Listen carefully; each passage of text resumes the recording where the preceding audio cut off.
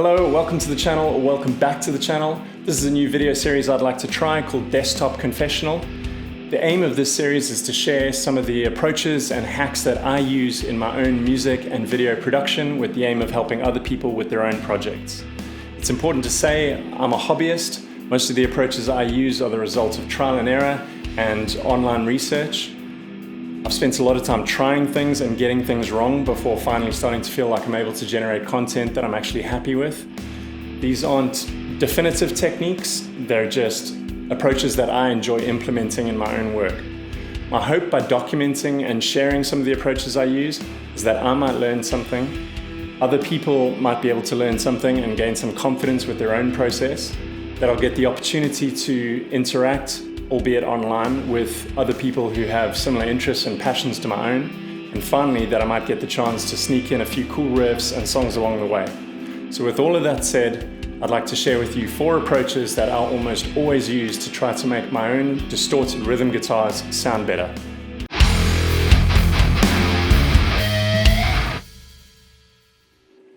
So quad tracking guitars is something I really enjoy doing. It's a part of the process that signifies that I'm happy with what I've written and I'm ready to finish the track.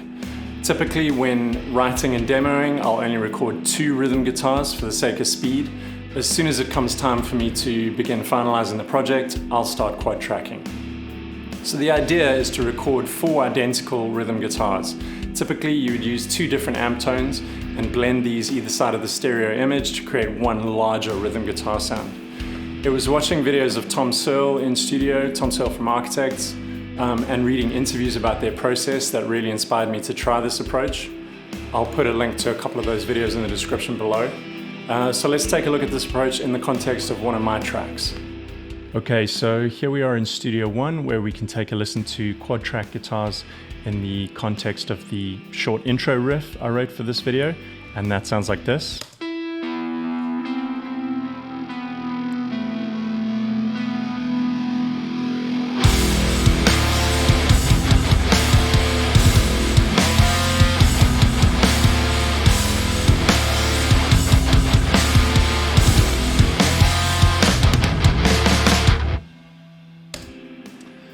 And as you can see, these are my 4 rhythm guitars. What I typically do is record 2 of these guitars with one guitar tone and then the other 2 with another guitar tone. And I would take perhaps the brighter of those 2 sounding guitars and hard pan them. And then I'd take the darker 2 and just pan them a little bit more inboard. And as you can see, that's what I've done in this case. In terms of guitar tones, I am literally just using presets from the Neural DSP Archetype Nolly plugin. The first preset I'm using is called the D word, and then the second one I'm using is called Modern Misery.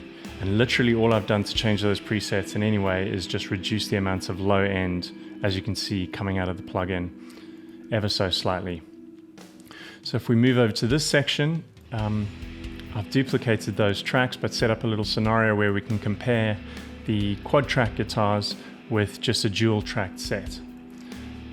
So if I just solo these out, hopefully we can hear the difference.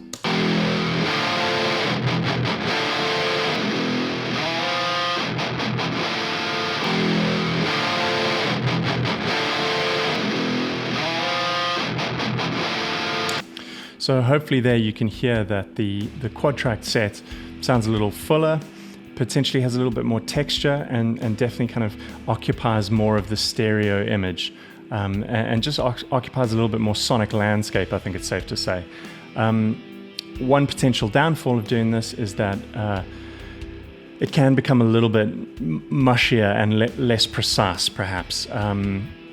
So you need to end up kind of working quite hard to try and make sure that those takes are as precise as possible. And you can potentially hear in this case that I haven't been as successful at that as I could have been, particularly on some of the chugs.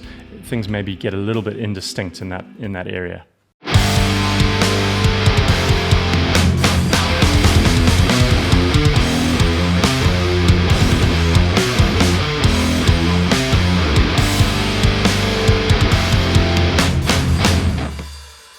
Okay, so this is another quad tracking approach that I wanted to try from the very short playthrough you will have just heard.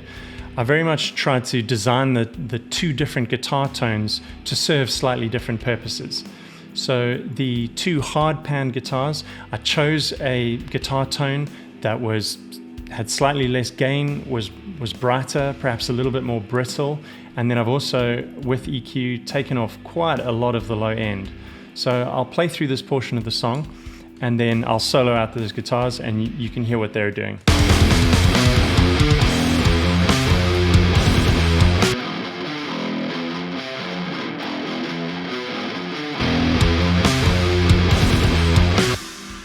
And then we'll do the same exercise with the slightly more inboard panned guitars.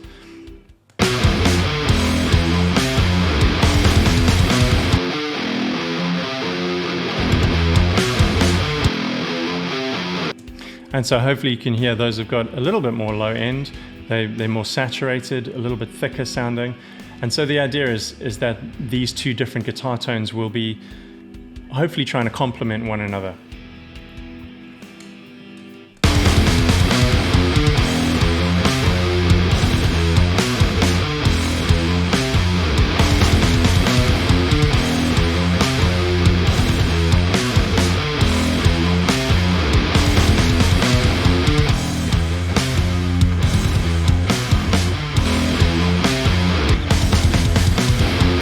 So as I'm switching off each of the two different tones, hopefully you can hear that they're both performing a fairly unique role in the overall guitar sound. While tracking a really good performance is usually the desired result in metal, as you can imagine, a tight, accurate performance is particularly important when it comes to quad tracking guitars. You want the guitars to sound like one big muscular instrument rather than an incoherent mush. To achieve this, there's a few options. Firstly, you can practice to the extent that you're able to nail each take perfectly first time. Secondly, and if you're a little bit more like me, you can practice as much as your time allows and then do several takes and comp these together to form the most precise super takes you can. Thirdly, you could do a bunch of rush takes and time stretch and quantize the hell out of these. But obviously, if you're hoping to get better at tracking the guitars, this is not an approach I'd particularly encourage, but each to their own. So if we navigate down to this track folder and I expand layers, you can see all of the stacked guitar takes that I've done to build up the individual guitar parts. And then obviously with this kind of a comping system, you can simply highlight the regions of each take that you want to appear in the final comp. Obviously, listening through all these takes and trying to build the perfect take can be incredibly time-consuming. I do tend to listen to them in conjunction with the other guitar parts and with the bass part to try to make sure everything's pretty accurate and lines up well. I think with time and with experience, you become quicker at doing it, and in many instances, you kind of learn to trust your own playing a little bit more and just generally become better at it. That said, I've probably done a preposterous number of takes here for what's ultimately a very simple riff, but I guess I was having a good time doing it. This is a potential downfall of this kind of approach, is that if you're anything like me and potentially try to be a bit of a perfectionist or are a little bit OCD in some kind of way, you can spend a lot of time working with this kind of a technique, trying to make things incredibly precise, when in reality, you could probably get away with just doing single clean takes. Anyway, it's important to say that most DAWs have some kind of comping functionality or loop recording functionality like this, where you can build comps up in this way. I think the implementation of it in Logic Pro X is probably one of the best that I've ever seen. Although in Studio One, it's called Layers, and yeah, it works very well. To access it in Studio One, all you have to do is press Alt Shift and R, and it opens up this menu down at the bottom of the window, and you just got to make sure that Takes to Layers is highlighted. I have no doubt that some people would consider this approach to be cheating in some way, but that's probably another video or discussion altogether. If you'd like me to make another video on that subject, please feel free to let me know in the comments below. I think given the kind of genres I'm trying to write within, this approach makes a lot of sense. And to add to that, while it might sound weird, I actually really enjoy the process of tracking guitars like this.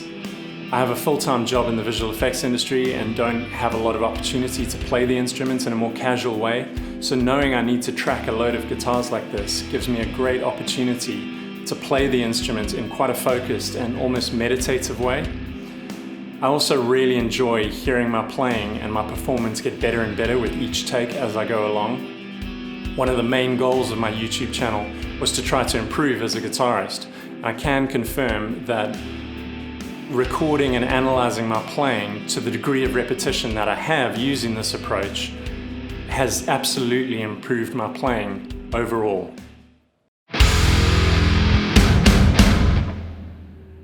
Doing some minor EQ adjustments to your guitars can go a long way to make both them and the overall mix sound better.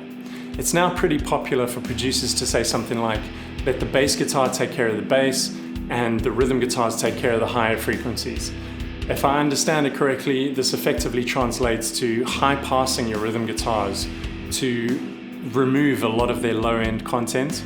This will ensure that the rhythm guitars and the bass guitar don't get in each other's way and the overall mix doesn't get too muddy.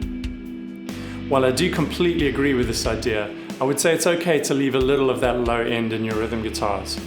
I would cite the Tasmanian band Départe as probably one of my favorite bands from the last 3 or 4 years. Their sound is incredibly dark, dense, and atypical of a traditional modern metal production. So the lesson I take from that is that it can be a really good idea to actually bend the rules a little bit, assuming the results have some kind of artistic merit. So with that in mind, I'd say don't be too scared to leave a little of that low end in your rhythm guitars. So in terms of EQ, for this particular track, I'm doing very little. As you can see, I'm just using the EQ as like a high pass filter, basically just removing everything below 110 Hertz. On my previous video, I did a playthrough using the same guitar as what I recorded these riffs with, which is the Sub-Zero Rogue 6 baritone. And on that particular song, the EQ curve looked like this. So once again, I'm in this case killing everything below 100 Hertz and then actually adjusting the Q value a bit just to actually provide a tiny little boost just above 100 Hertz.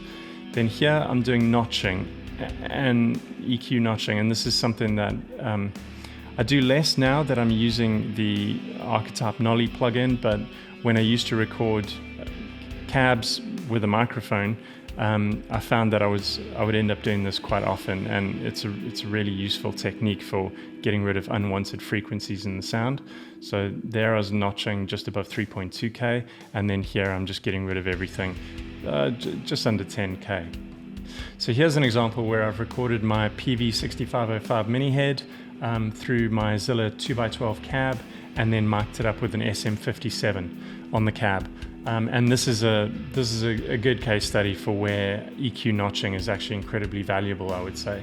So let's just see if we can recreate some of this notching on one of these guitar signals.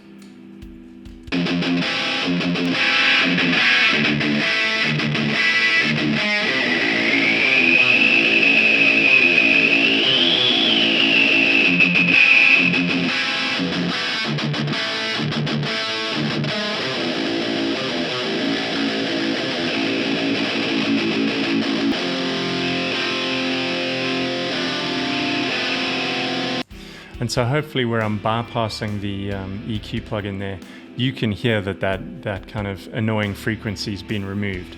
And so you could do this in a number of places. You could kind of make a nice kind of like pointed Q shape and then just sweep across the frequency range and try to find frequencies that you're exaggerating them, and so they kind of stick out a little bit more. And then when you remove them, you can kind of A/B and you can hear that you've made an improvement. I think this is a very important technique to use, but you should be cautious to not do too much of it, I would say. I think you can end up kind of doing quite a lot of damage to your guitar sound. So where it is very particular frequencies that are kind of annoying to the overall sound, it's worth removing those, but I think it's best used subtly.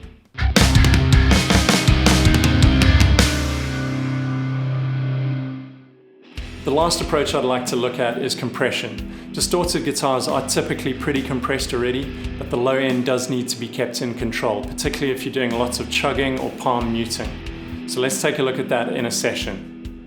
These days, to control those low end dynamics, I typically just use a multi-band compressor and focus on the offending area, which in most cases is the palm mutes and the chugging.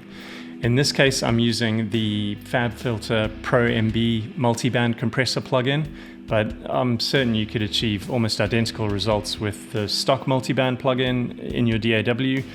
Alternatively, there is Waves C4, which is a comparatively pretty affordable plugin and is very, very popular for this exact application.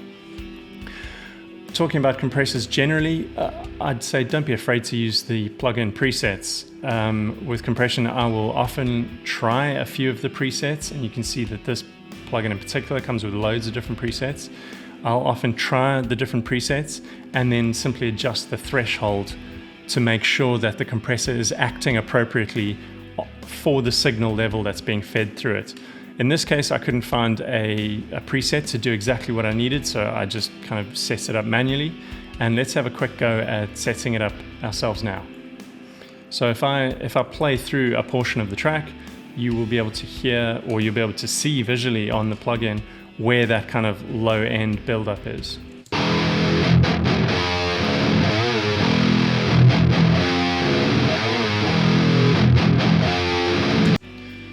So we could probably introduce a band right there, and typically with a lot of the other multi-band compressors, some of these bands will be predefined, the different areas that the kind of different components of the compressor will act on. Those will be predefined, but you can simply adjust them, as I've done right there. And then I'd probably tend to just leave the attack. The attack could stay fairly quick depending on your track. You could kind of experiment with that and see what the results are like. I'll probably just speed that up a little bit. And then the ratio, 4:1, that's probably fine. And then I'll just end up adjusting the threshold so that it is actually acting appropriately.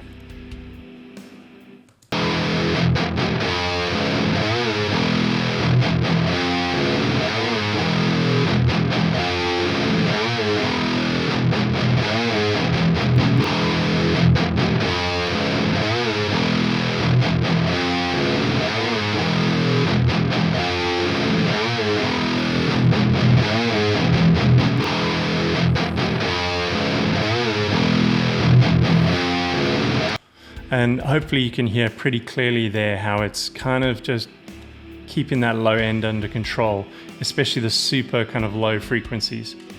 It's keeping those under control and just tightening it up and neatening it a little bit. So this is another compression approach I tried on this particular track, which is sidechain compression. It's not something I would typically do with rhythm guitars, but I just felt like it might be appropriate in this particular case. And effectively what it means is that the compressor is listening to another signal. So in the case of this particular setup, this compressor is listening to the snare drum and it's listening to the kick drum. So what that means is that the compressor will act on the rhythm guitars as a whole every time it hears the snare drum and the kick drum. So if I play that back, you can see that in action.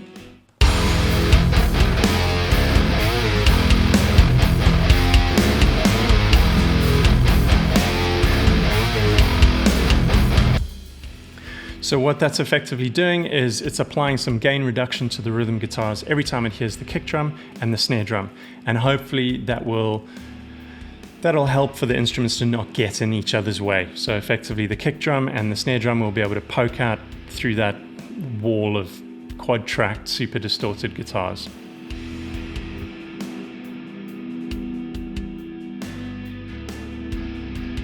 In conclusion, I wanted to say that while the approaches I've shown apply to riffs I've written on my Sub-Zero Rogue 6 baritone, they could just as easily apply to distorted rhythm guitars in other tunings.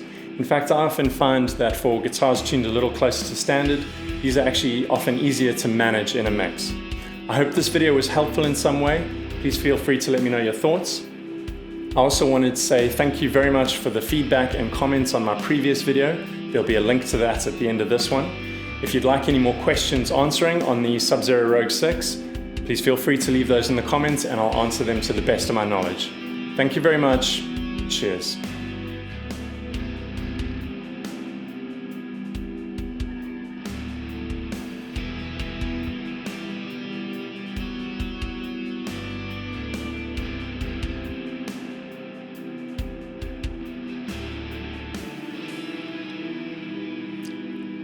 get pumped. Let's get excited about this. Ooh. New video series. Yeah.